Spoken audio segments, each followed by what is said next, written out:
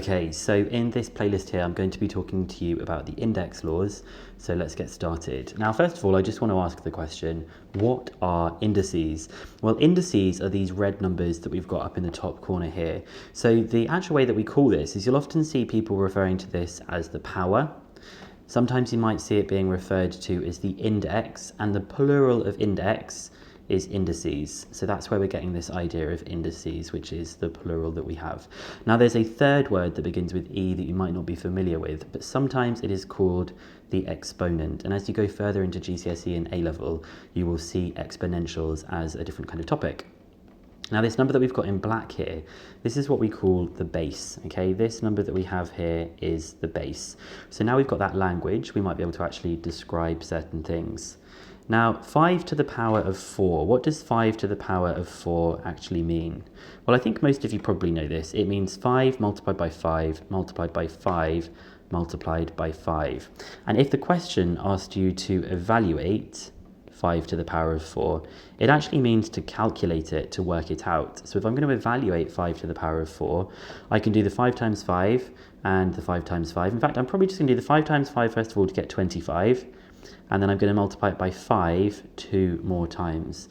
So over here I'm going to do 25 multiplied by 5. 5 times 5 is 25 and 2 times 5 is 10. Plus the extra 2 is 125. So these two here are going to be 125. So all I need to do now is actually do 125 multiplied by 5. One more line of working. So 5 times 5 is 25. 5 times 2 is 10, plus on the 2 is 12, and then 5 times 1 is 5, plus on the 1 is 6. So the answer to what 5 to the power of 4 is 625. And you can see on your calculator, if you do 5 to the power of 4, you do get the answer 625. So we're going to explore some index laws here and see if we can spot any patterns of what's happening. So the first law is when you are multiplying with the same base. Now remember the base that we're talking about here is 7. It's really, really important that they have the same base, otherwise this law that we have won't actually work. So we're going to see if we can this time simplify what we have here. Now simplify doesn't mean the same thing as evaluate, which is to work out. If I was going to work it out, I would evaluate it and I could just do 7 to the power of 3 multiplied by 7 to the power of 5. That is a huge number of 5,764,801. But I'm not asking to evaluate this, I am asking to simplify it. So what I'm going to do is I'm going to rewrite the 7 cubed as 7 multiplied by 7 multiplied by 7. And that is going to be multiplied by 7 to the power of 5. So it's going to be multiplied by 7 to the power of 5. That means I'm going to have 7 5 times here. Now to simplify actually really means how can you rewrite this so that it's 7 to the power of something? Well, let's examine what we've got here. We've got 3 7s being multiplied and 5 sevens being multiplied. So overall, we've got 3 being here and 5 here. In total, we've got 8 powers of 7. We've got 8 7s being multiplied together. So this means that it's going to be 7 to the power of 8. Now you can see what I did here. I actually took the first power and the second power and I added the powers together. I added the powers. So this is our first rule that we've got. If you are multiplying with the same base, you take the two powers and you add them together because really we're counting up how many powers there are in total. So this first rule that we've got, you can see they've both got the same base of a here. It is going to be equal to a to the power of, you add the two powers together. So it's a to the power of b plus c.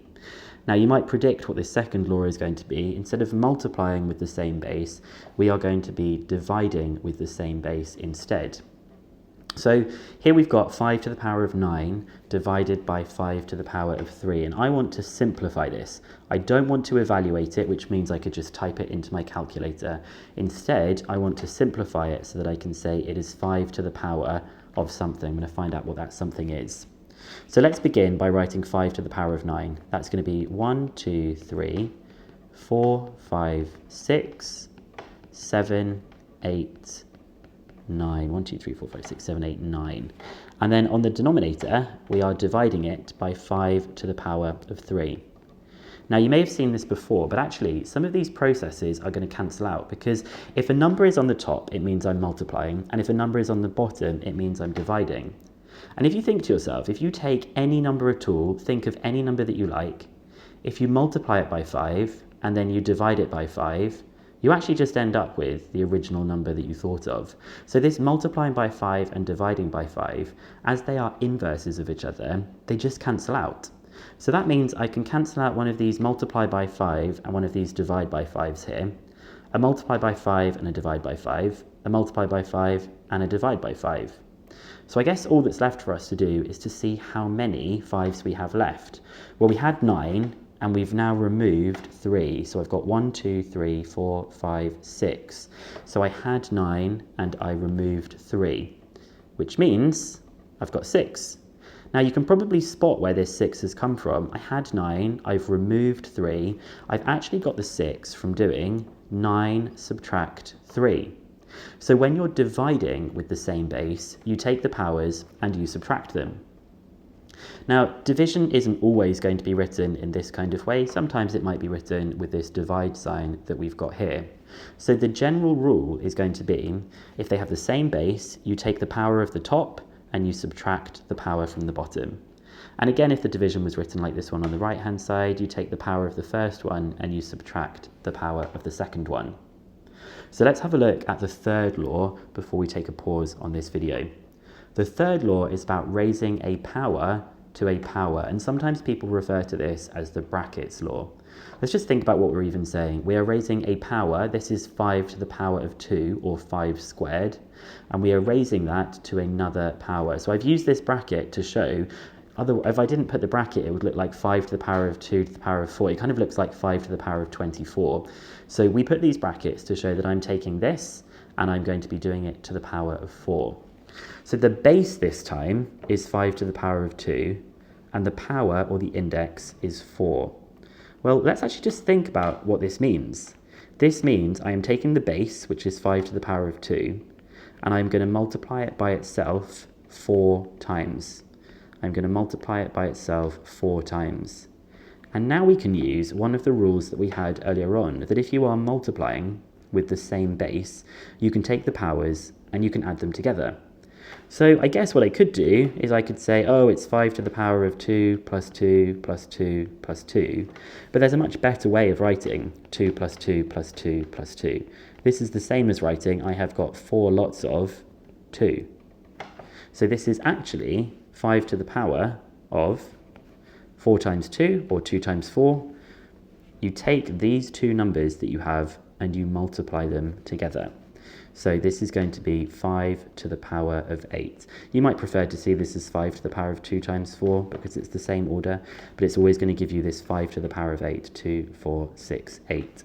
So when you have these brackets, you're going to take these two numbers and you're going to multiply them together.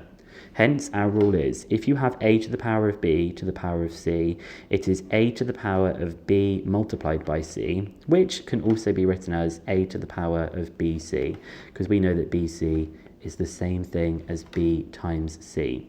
Okay, I'm going to take a pause on this video here, and I'm going to do a fourth and fifth law on the next video. Found this video helpful? Then why not drop it a like and consider subscribing to my channel. If you'd like the next video in the playlist, you can click here to be taken straight to it. And as always, wishing you the very best for all your studies.